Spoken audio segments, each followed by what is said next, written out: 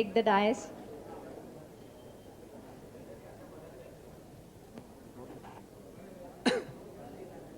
Honorable Minister Prakash Javadekar ji, Mr. Ramachandra Rao, the present MLC and the contesting candidate on behalf of the BJP, other dignitaries on the dais. Today's topic is Atmanirbhar Bharat and the role of the graduates. This is not the first time we are talking of Atmanirbhar.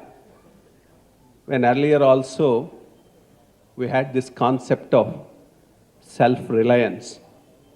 Now it is Atmanirbhar. What's the difference between the self-reliance of the 60s and 70s and the Atmanirbhar we are talking of today? There's a lot of difference. Atmanirbhar is, I'm willing to compete. I'm willing to take my place in the committee of nations in the world on my own strength, not on stretches.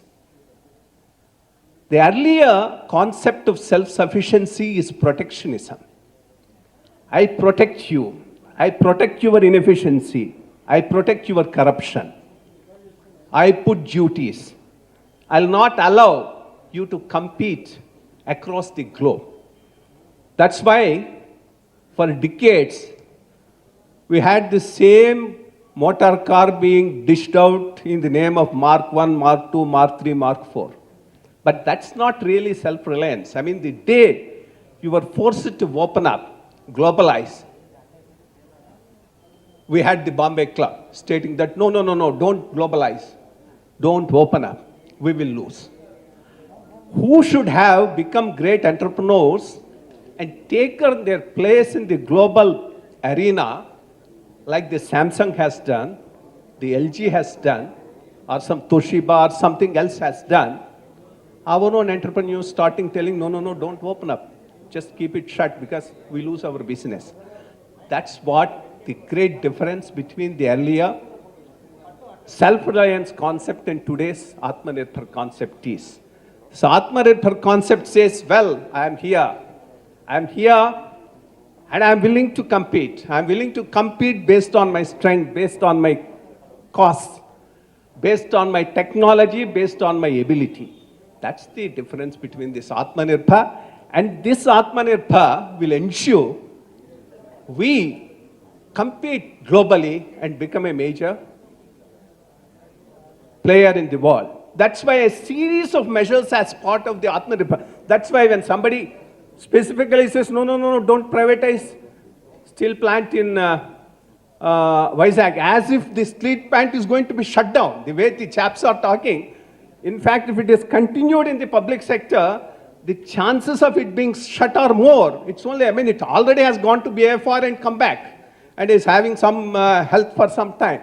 So this whole concept of Atmanirbhar and a series of measures are meant to give that strength to the country. So in that context, we'll have to address this whole concept of the Atmanirbhar. That's what I request anybody to have an idea of this Atmanirbhar. Then coming to the specific thing of Mr. Ramachandra Rao as our candidate of the BJP here, there's every reason for him to win because the wave in Telangana today is BJP. And that wave is going to continue from MLCs to Nagarjuna Sagar to Secretariat buildings. So I think that is where there's every reason and he will win. And what is this whole concept of a legacy? How can you make a man who belongs to the whole nation, like P.V. Narasimha Rao, a person of a party, of a family, of a region?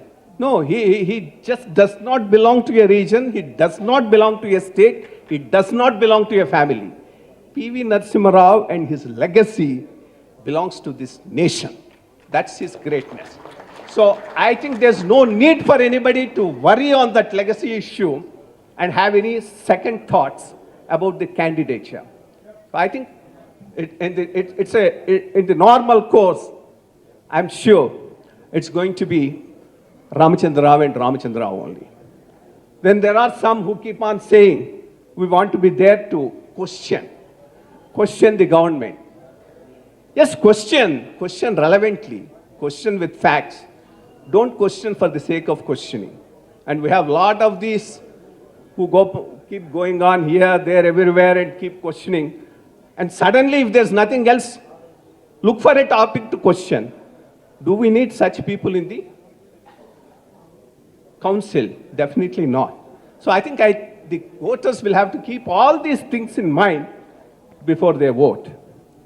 Coming back to Atmanirbhar, since the central minister is here, I have a small suggestion, sir.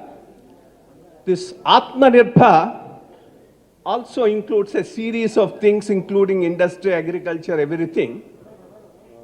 As part of the agriculture and agricultural infrastructure, do keep in mind the migrant agricultural labor. Because today, after this COVID, the migrant urban labor has become a focus point. Unfortunately, the migrant agricultural labor has not become a focus point. Very recently, there was a news item in Andhra area, in a place called Gampalagudem.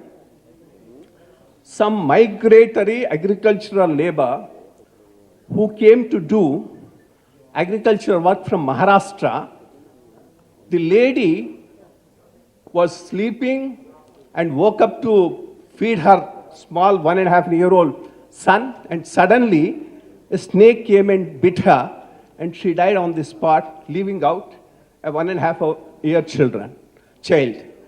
So I think under this agricultural infrastructure, 2 lakh crores that we have set up, this should be a priority. We know, I mean, for a place like, there are 4 or 5 agriculturally very prosperous states like Punjab, Haryana, Andhra. So you get a lot of migratory labor to them. Give them the minimum necessary facilities in terms of accommodation. The collectors can work it out. Portion of this amount should be set apart for it exclusively. I wish those who keep on saying we'll do a Rasta Ruko